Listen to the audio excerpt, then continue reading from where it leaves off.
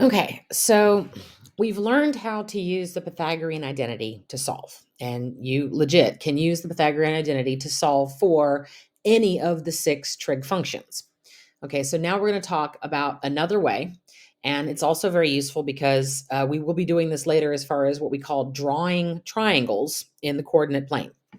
Okay, and we're going to actually use those triangles to solve multiple things.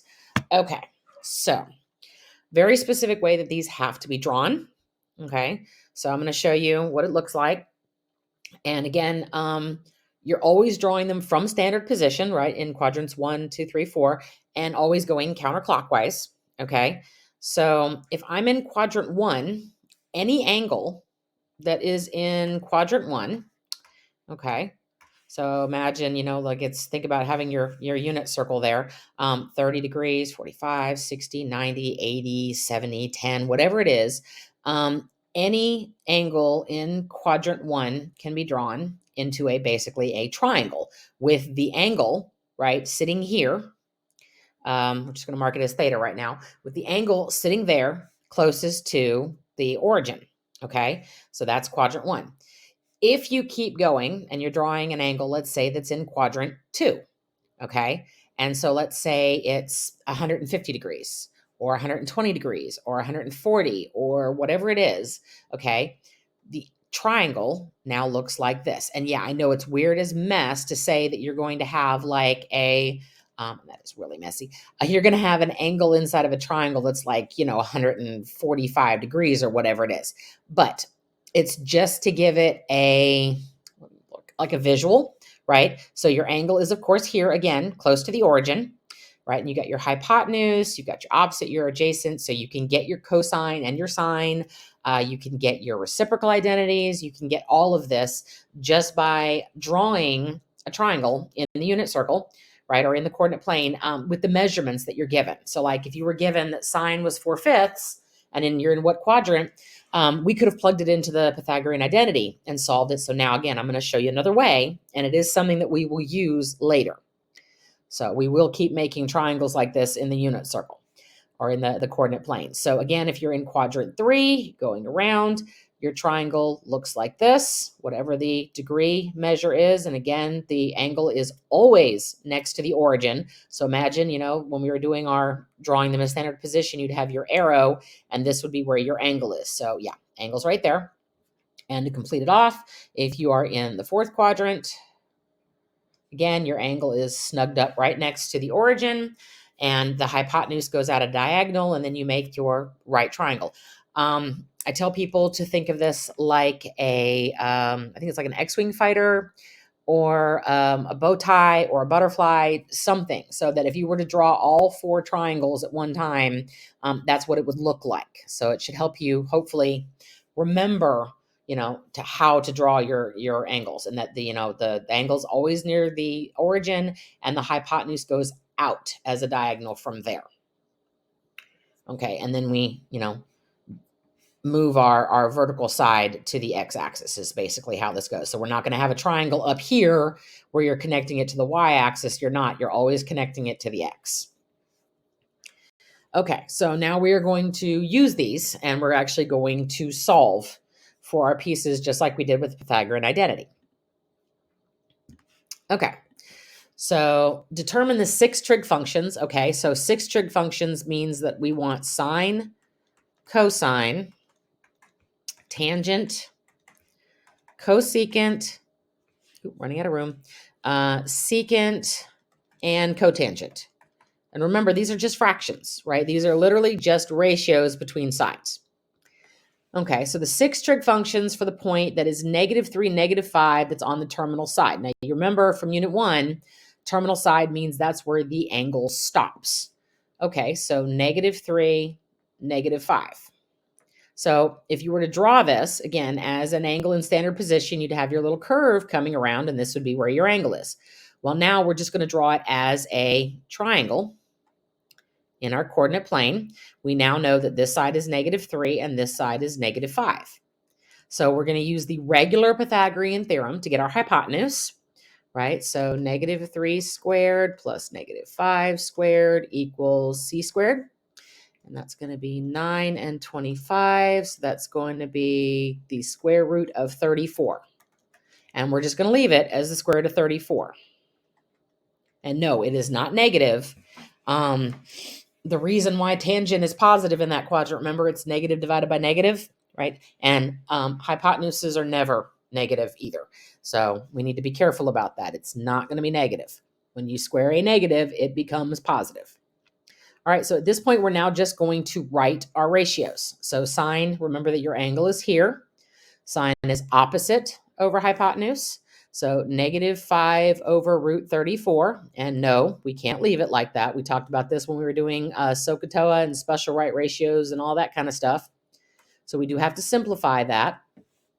So that is going to be negative 5 root 34 over 34. Okay, and then the cosine, negative 3 over root 34, which becomes negative 3 root 34 over 34. Right, we can't leave it as a root in the denominator. All right, so the tangent, remember tangent back from SOHCAHTOA is opposite over adjacent. And it's negative over negative, so that becomes positive, 5/3. Now at this point, we're just going to start flipping over our other functions because these are all reciprocals. Go ahead and flip over the original function, not the one you simplified. Save yourself some work. So the cosecant is the reciprocal of sine. So that's just negative root 34 over 5. And the reason I put that out in front of the fraction, we don't normally write a fraction with a negative denominator. It just makes the whole fraction negative. I could have done the same thing here. I could have put the negative in the front of it. It's fine. It means the same thing. If one part's negative, then technically the whole fraction is. And we don't normally make our denominators negative.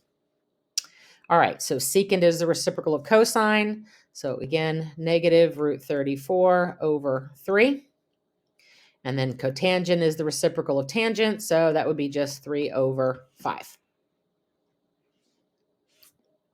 Okay, see, all of my signs came out correct. I didn't have to worry about what quadrant it was in after I drew the triangle. You know, with the Pythagorean identity solving, you have to be aware of what quadrant you're in, or your answers are not going to have the right positive or negative signs.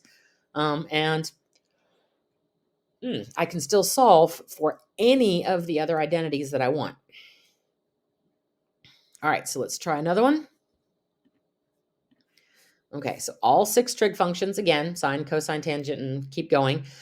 Given that the sine of x is 3/5 and x is in quadrant 4. And that is an oops on my part. That should actually be negative 3/5 because sine is negative in quadrant 4. All right, so again, we're going to draw sine being opposite over hypotenuse. Okay, and again, it doesn't have to be exact as far as how many squares. We're going to label what the measurements are anyway. All right, so negative 3 over 5 opposite over hypotenuse. And again, we're going to use the regular Pythagorean theorem to solve. So a squared plus negative 3 squared equals 5 squared. A squared plus 9 equals 25, minus 9 on both sides. A squared equals 16. So that side is going to be 4. Okay, and again, everything's filled in. I know that 4 is supposed to be positive because it's going to the right. So now we can just start writing it all down. All right, so sine of x is negative 3/5. We already know that. Cosine of x is 4/5. Tangent of x opposite over adjacent, negative 3/4. And now just start flipping them over. Cosecant x is negative 5 over 3. Secant of x equals 5 over 4. And cotangent of x equals negative 4 over 3. And we're all done. And again, that's filling in all 6, okay? Which what we've been doing with Pythagorean identity is normally only solving for 1. So let's give you an example of just solving for 1 by drawing a triangle. Okay, so we're going to solve for the cosecant. Given that tangent is negative 2 over 3, so tangent is negative, and the cosine is positive. Okay, so I need to know where that is. So go to your clues. First off, tangent is negative. Tangent is negative where? Well, it's negative in quadrants 2 and 4. Okay. And cosine is positive in quadrants 1 and 4 because it's the x value. So that means I have to draw this in quadrant 4. It's the overlap between them. Ugh, messy triangle. Okay, so but my angle is over here by 0.